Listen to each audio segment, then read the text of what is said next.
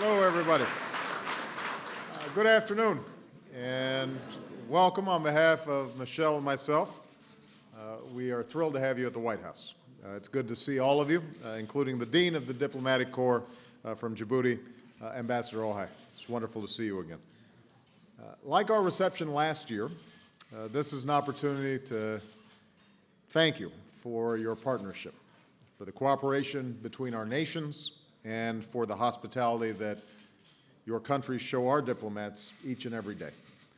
As ambassadors, I know you all have a very difficult job. You have to understand the complexities of other cultures and countries, unlike diplomats of a century ago, who, for example, there was a diplomat who, when planning an international ceremony, invited Switzerland to send its navy.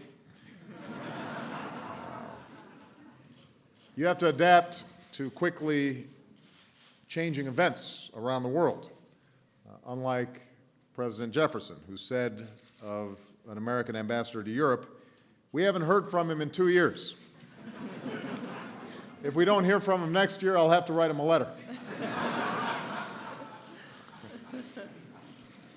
Today, our nations and peoples are more interconnected than at any time in human history. We've got extraordinary opportunities to advance our national interests and our common interests, which can reinforce each other. We can advance the aspirations of our people, who, despite any differences, basically seek the same things, to live in security and dignity, to seek progress and justice, and to realize a better future for their children.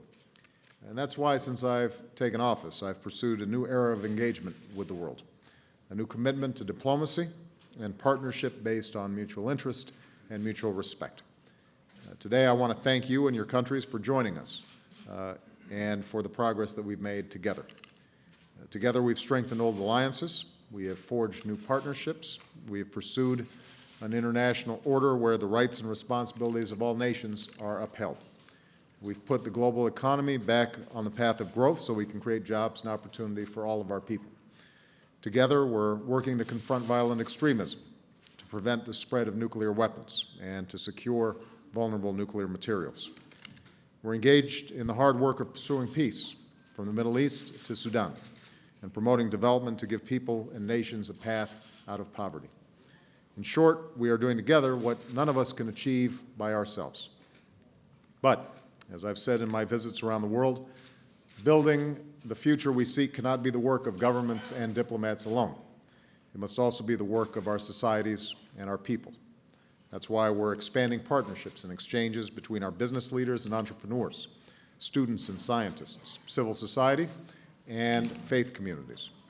And it's why I am so pleased that many of you are embracing the opportunity to experience America beyond Washington, visiting cities and towns across our country, like Atlanta next week, just like I understand that you visited my hometown of Chicago.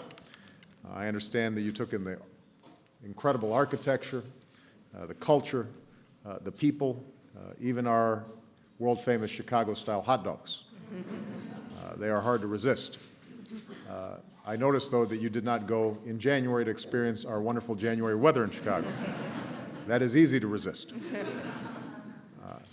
The spirit you felt across America is the spirit we need in our work.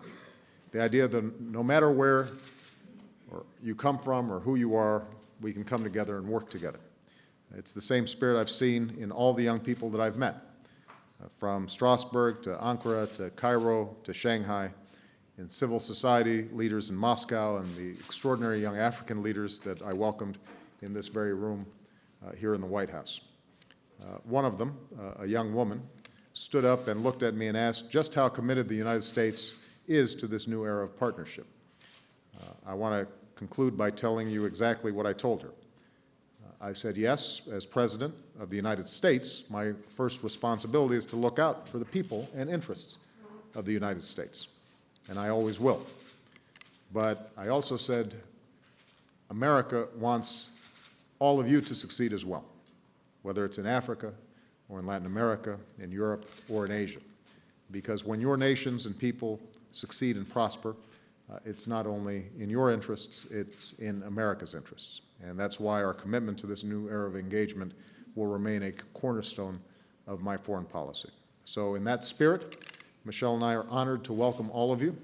I am mindful of that old saying about diplomacy, that sometimes more can be accomplished at one party than 20 serious conversations. So have a wonderful evening, have a wonderful party, and I look forward to all that we can accomplish together tonight and beyond. Thank you very much, everybody.